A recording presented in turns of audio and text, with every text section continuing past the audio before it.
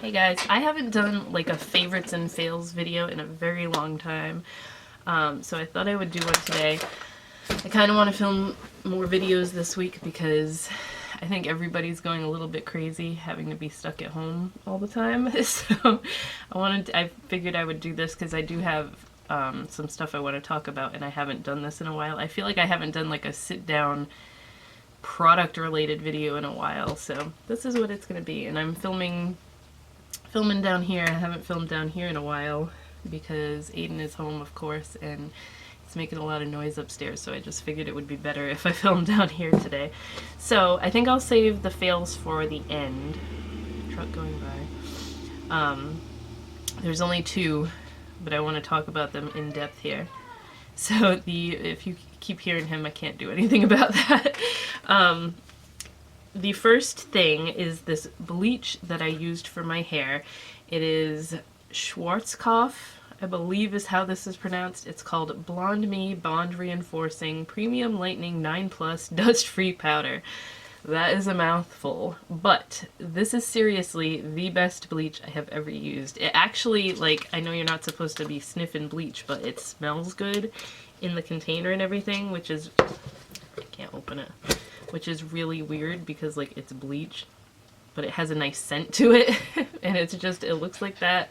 Kind of looks like the one I always used to use before. I would get at Sally's, and it was L'Oreal Quick Blue, I think it's called. And it would come in a big container like this, but this surprised me so much. It had really good reviews. I got it off of Amazon.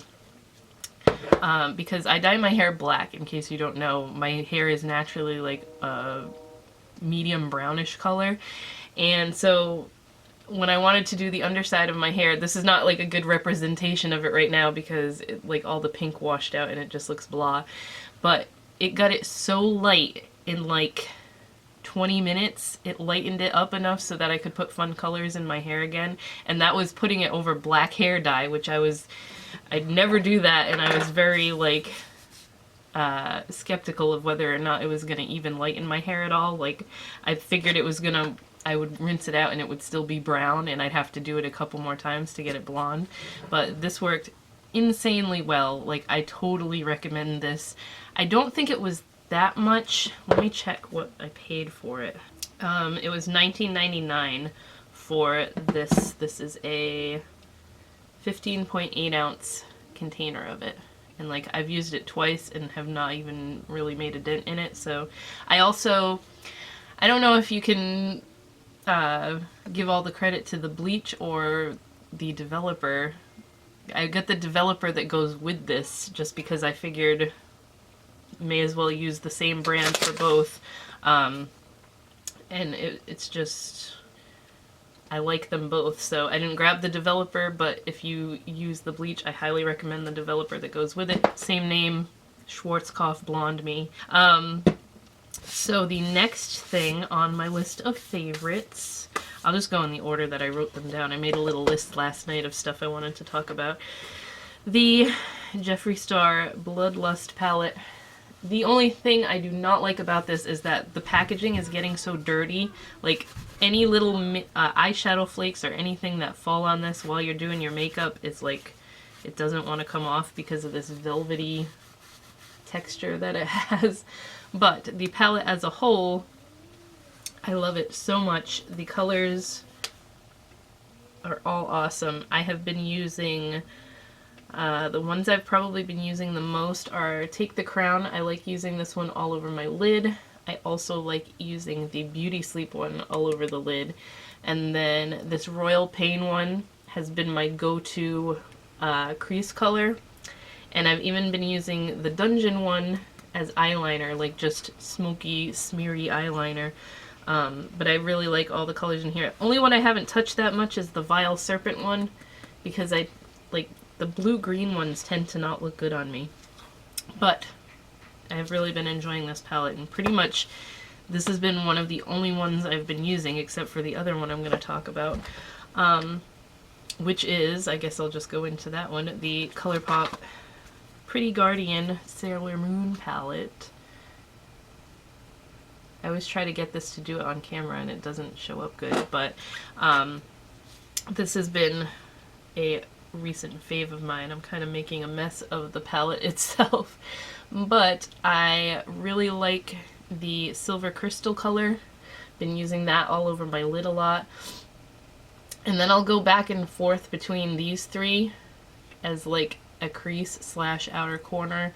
And I like to use the Moon Castle one as a crease color if I'm doing like a more muted, like toned down look. But these three I really like for this time of the year. Springtime, I like to use brighter colors on my eyes, so this is just like a perfect palette for this time of year, even though it's been crappy weather lately and it's just constantly raining out. And can't really go outside anyway because nobody wants to leave their house right now. So the next thing, and I think this was actually in my favorites video the last time I did one, which was probably before Christmas, the Jack Black Intense Therapy Lip Balm in Grapefruit. This is still the same tube. Like, I've had this, I want to say I got it in November and it's only like half gone. Like, you need the tiniest bit. It's a really thick, I have it on today actually, it's a really thick, nourishing lip balm. I think the one I want to try next is, I think it's blackberry and vanilla, but this grapefruit and ginger one is like, it just smells so good. It feels really nice on your lips. Anytime I feel the slightest dryness on my lips, I put some of this on and it's totally fixes it. So I cannot say enough good things about the Jack Black lip balms. They do have a medicated one too, which I would recommend for people who like work outside in the elements and stuff. Like, my uncle used to do that stuff and he was have to work in like trees in the wintertime, cutting trees off of away from telephone wires and electrical wires and stuff, and he would always have like horribly chapped lips and like chapped skin and stuff, and if that was around back then, I would have told him to use that stuff. And then I have lip gloss in general. I kind of went completely off lip gloss for a while and I got obsessed with matte liquid lipsticks, but now I'm totally back on lip glosses, so I kind of grabbed a couple that I've been using just so I can talk about them a little bit. I really like the Pop Villains one that I got. I got the Ursula one. I don't even know if they still have these. I think they were exclusive to Ulta. This one's called Sea Witch, and it's just like a sparkly pink. Doesn't give a lot of color to your lips or anything, but it's got a like vanilla cake batter scent to it. I can swatch it for you. It's got a little bit of like blue and purple sparkles in there, but it's one of those lip glosses that will last a really long time because it's got a lot of stickiness to it. Oh, my camera does not want to focus. There we go. So if you don't really like stickiness, it's not too sticky, like when you put your lips together, they're not going to completely stick together, but if you don't like sticky, then you're not going to like this. But I found that like the stickier the lip gloss, the longer they're going to last on your lips.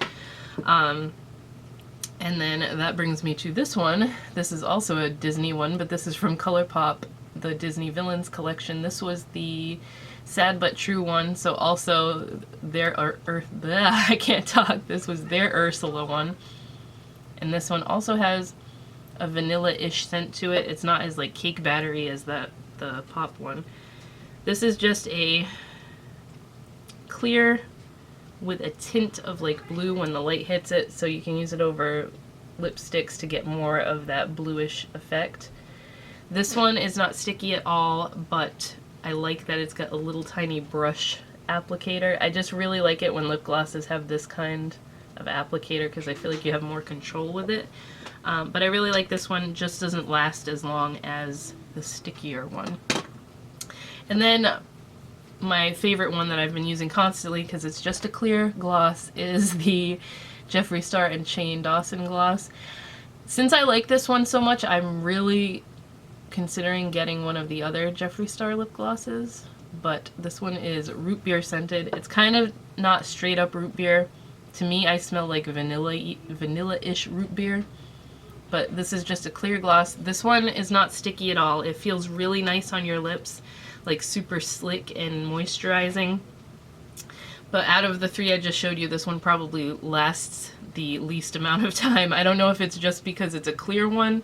Like I said, I haven't tried any of the colored ones, but I really like it. It's just like, even if you're not eating, it doesn't last that long. But I still really enjoy it because it feels really nice on your lips. It's not like, obviously it's not gritty because it doesn't have any glitter in it or anything, but it's just super smoothing, and I don't wear lipstick all that much, so just to have a nice shiny lip is nice.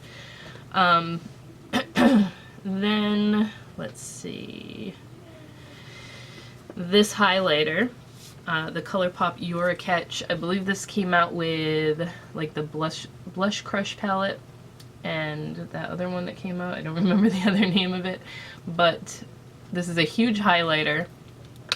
It's more of like a natural looking one. Like, it gives you a nice glow, but it's not crazy blinding.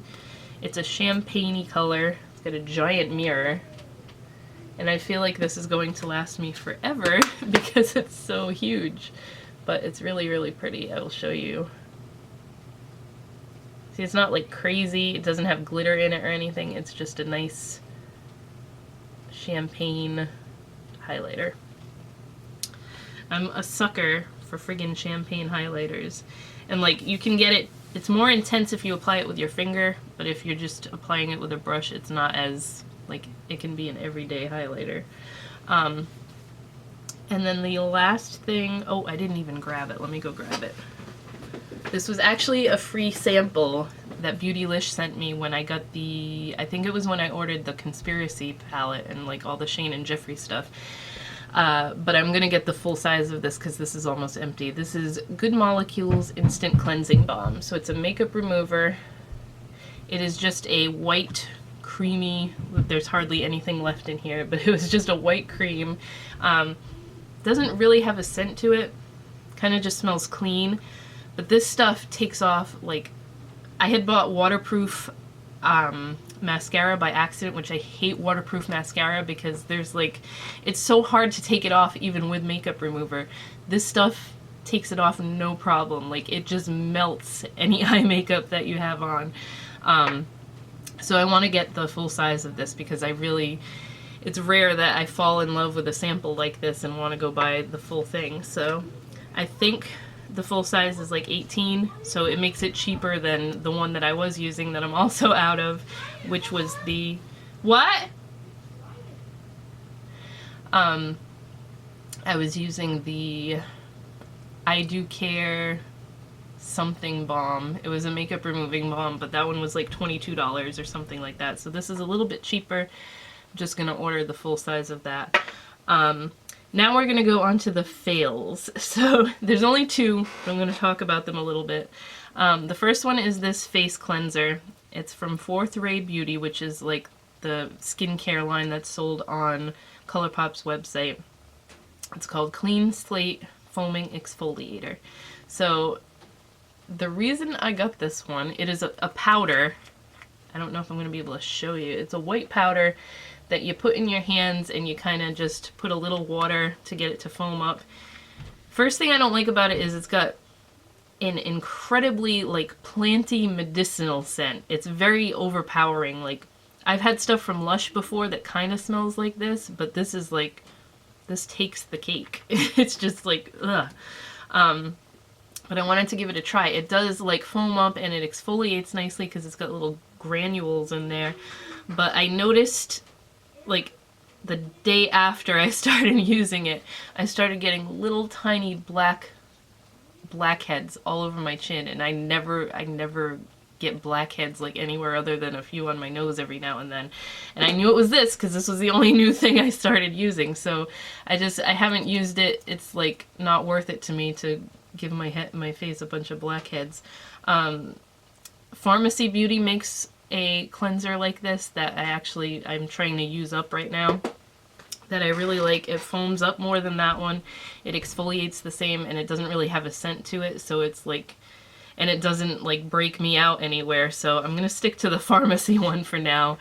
since I still have a lot of that one left. And it's a bummer that this didn't work for me, but it wasn't that expensive. The pharmacy one is like, I don't even know how much that one is. Let me check.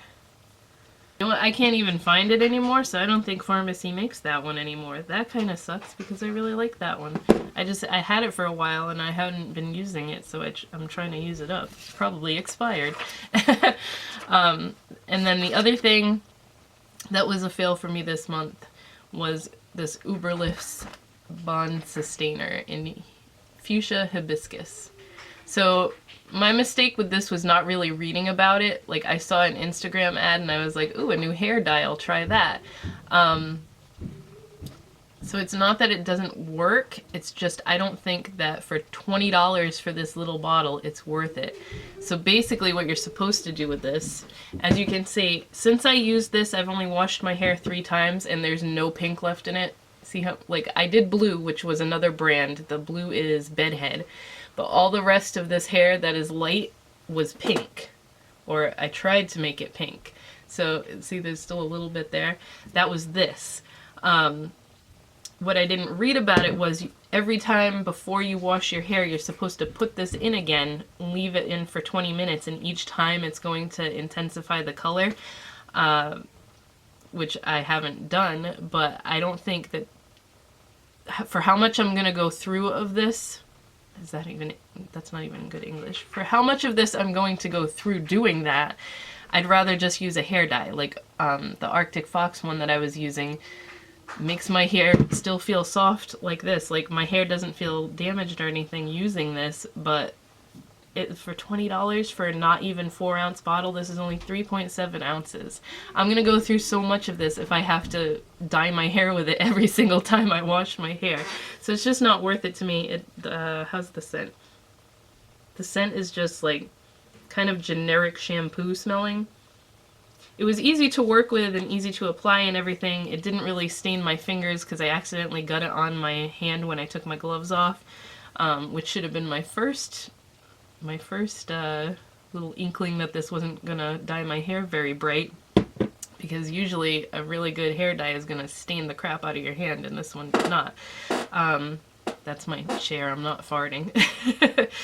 It is cruelty-free and vegan, which is nice. It's just a bummer that you gotta use it every single time you do your hair. I get that it's like a bond sustainer and it's gonna strengthen your hair and help it and everything, but I don't have the time to do that every single time and leave it in for 20 minutes before I wash my hair. I just want to wash my hair and be done with it. Especially lately, because I've been taking the time to straighten it all the time. So what I'm gonna do is just go back to I'm probably gonna let the blue wash out a little more. The blue stuck like crazy. That was the Bedhead brand.